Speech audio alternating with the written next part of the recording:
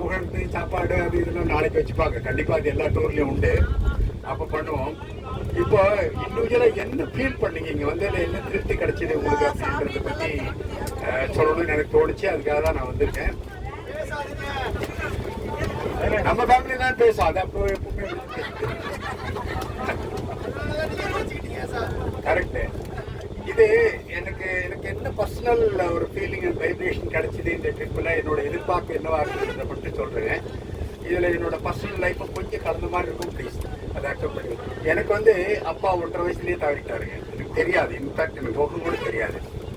அந்த வயசுல இருந்து எங்கள் அம்மா 25 வயசு வரைக்கும் எவ்வரி இயர் அந்த திடீர்னு தோஷம் கொடுத்துட்ருக்கோம். அதெல்லாம் நான் வளர்கிற காலகட்டங்கள் படிச்சுட்டு இருந்தது. அப்புறம் காலேஜ் படிக்க சென்னை வந்தோம். அது வரைக்கும் ஒழுங்காக பண்ணிட்டு இருந்தேன். அன்பார்ச்சுனேட்லி 25 வருஷத்துக்கு அப்புறம் நான் வெளிநாட்டுக்கு போயிட்டேன்.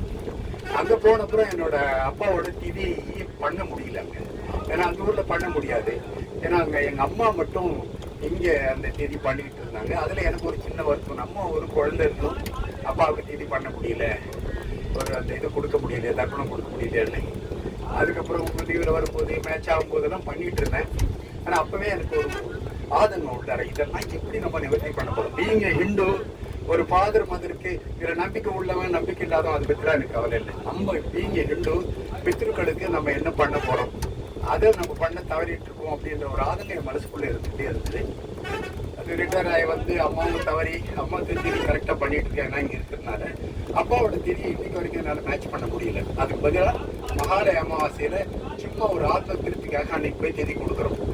இந்த ஆதங்கத்தை எப்படி நிவர்த்தி பண்ணுறது அப்படின்றதுக்காக நாங்கள் நிறைய பேருக்கு பேசும்பொழுது, சார் இதுக்கு போங்க, கயாவுக்கு போங்க, போயிட்டு அங்கே பித்ருதானம் பண்ணுங்க, பண்ணிங்கன்னா ப்ராப்ளம் இது எல்லாமே திருப்தி கிடைக்கும் அப்படின்னாங்க. இதுக்கு நான் 3 வருஷமாக ட்ரை பண்ணிட்டு இருக்கேன். இன்ஃபேக்ட் போன மாதம் கூட ஒரு டூர் காசு ட்ரிப் ஆல்ரெடி பிளான் பண்ணி டேட்லாம் ஃபிக்ஸ் பண்ணோம். பட் அன்ஃபார்ச்சுனேட்லி எனக்கு அந்த பர்சனலாக அந்த டேட் ஒத்து வரல. என் கூட நான் அரேஞ்ச் பண்ண ஃப்ரெண்ட்ஸ் போயிட்டு வந்துட்டாங்க. அது இவரோட தான் வரணுன்றது எல்லாமே ப்ராப்ளம். என்ன எழுதியிருக்கோ அதுதான் நடக்கும். இத்தனை வருஷம் கழிச்சு எனக்கு அந்த கயா வந்து அந்த பித்ருதானம் பண்ணப்போ எனக்கு எங்கள் அப்பாவே தெரியாது. அவருக்கு ஒரு பித்ருதானம் பண்ணுறோம். ப்ளஸ் கோட்பாதர்ச்சி எத்தனை ஜென்ரேஷன் 32 பேர் கணக்கு வச்சு எல்லாம் கேட்குறாங்க. அதெல்லாம் கண்ணீர் வந்து எனக்கு இது வந்து ஒரு பெரிய என்னது, நான் பிறவி இது செய்து முடித்த கடமையை செய்து முடித்த உணர்வு எனக்கு வந்தது. அதுதான் என்னோட பர்சனல் ஃபீலிங். இதில் இன்னொன்று என்னென்னா, என் சிஸ்டர்லாஸ் 2 பேர் அன்ஃபார்ச்சுனேட்லி அவங்க 2 சகலரும் எனக்கு ரொம்ப இது. அவங்க தவறிட்டாங்க சம் ரீசன். அவங்களையும் கூட்டிகிட்டு வந்து இந்த மாதிரி செய்யறதுக்கு வாய்ப்பு கிடைக்குமான்னு பார்த்தா அவங்க சந்தோஷமாக வந்து கலந்துக்கிட்டு பண்ணாங்க. அவங்களுக்கு இதே திருப்தி கிடைச்சிருக்குன்னு நினைக்கிறேன்.